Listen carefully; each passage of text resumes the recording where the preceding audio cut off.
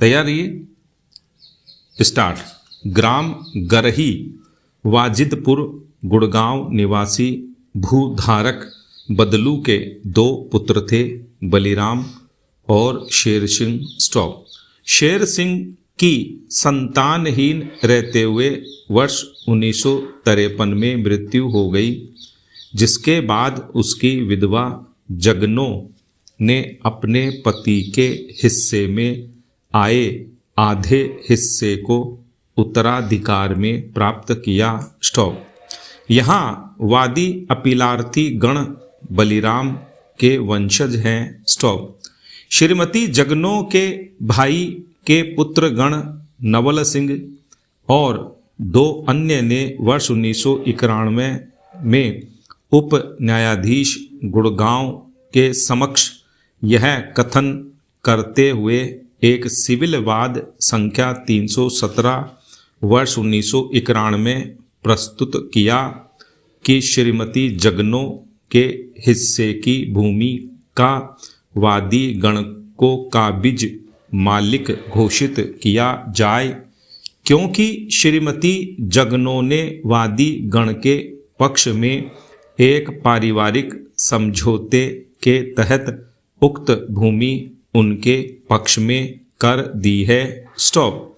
वाद के कथनों का स्वयं श्रीमती जगनो ने लिखित कथन एवं अपनी साक्ष्य के द्वारा भी समर्थन स्वीकृति प्रदान किया। स्टॉप।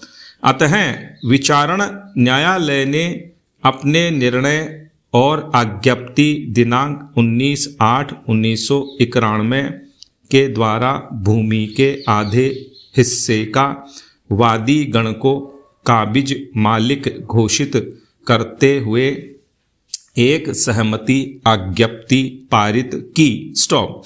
इसके बाद बलिराम के वंशज वर्तमान वादी गण अपीलार्थी गण ने दीवानी वाद संख्या 79 वर्ष 1991 संस्थित कर यह मांग की कि दीवानी वाद संख्या 317 वर्ष 1991 में पारित आज्ञप्ति दिनांक 19/8/1991 को अवैध, अविधिक और बिना किसी विधिक औचित्य के घोषित किया जाए और उन्हें उक्त संपत्ति का काबिज मालिक घोषित किया जाए, किंतु विचारण न्यायालय, प्रथम अपीलीय न्यायालय, जिला न्यायालय और द्वितीय अपील न्यायालय, उच्च न्यायालय ने वादी गण अपीलार्थी गण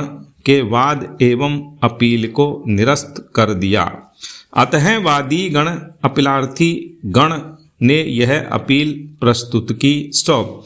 वादी प्रतिवादी अपीलार्थी गण प्रत्युत्तरदाता गण के विद्वान अधिवक्ताओं के तर्कों एवं अवर न्यायालयों के निष्कर्षों के आधार पर उच्चतम न्यायालय ने विचार के लिए अन्य प्रश्नों के साथ निम्न प्रश्न विरचित किया। स्टॉप। पैरा।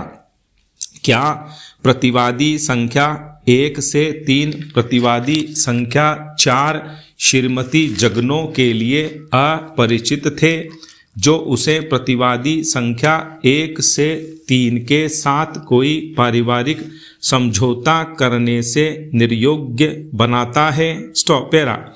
निर्णय 1। कोई विवाद नहीं है कि वाद संख्या 317 वर्ष 1991 को वादी गण के इस दावे को स्वीकार करते हुए तथा उस पर प्रतिवादी श्रीमती जगनो देवी के लिखित कथन और साक्ष्य की स्वीकृति के बाद दिनांक 19/8/1991 को आज्ञप्तित किया गया था। इस आधार पर कि इस वाद के वादी और प्रतिवादी के बीच एक पारिवारिक समझौता हो गया है और तदनुसार वाद संपत्ति को वादी गण को दे दिया गया था। स्टॉप। पैरा। मोहम्मद यूसुफ और अन्य बनाम राजकुमार और अन्य 2020 3 स्केल 146 बराबर JLT 2020 SCJ फरवरी 28 के मामले में इस न्यायालय ने अभिनिश्चित किया है कि अधिनियम 1908 की धारा 17(2)(6) के प्रभाव के समझौते के आधार पर न्यायालय के द्वारा पारित आज्ञप्ति का पंजीयन आवश्यक नहीं है। इसलिए ऐसी आज्ञप्ति को इस आधार पर साक्ष्य के रूप में स्वीकार किए जाने से इनकार नहीं किया जा सकता है कि वह पंजीकृत नहीं है। स्टॉप। न्यायालय ने यह भी अभिनिश्चित किया कि चूंकि आज्ञप्ति जिसे प्रदर्शित किया जाना चाहा गया था उसी संपत्ति से संबंधित थी जो वाद का विषय वस्तु थी, इसलिए धारा 17(2) के खंड 6 के अपवर्जन द्वारा आच्छादित नहीं थी, इसलिए उसका पंजीयन आवश्यक नहीं था। इस मामले का प्रश्न उपर्युक्त निर्णय से पूरी तरह से आच्छादित है, इसलिए हम निष्कर्षित करते हैं कि इस तथ्य के विचार में की सहमति आज्ञप्ति दिनांक 19/8/1991 वाद के विषय वस्तु से संबंधित है, इसलिए इसका धारा 17(2)(6) के प्रावधानों के अंतर्गत पंजीकृत किया जाना आवश्यक नहीं था। स्टॉप। पैरा 2।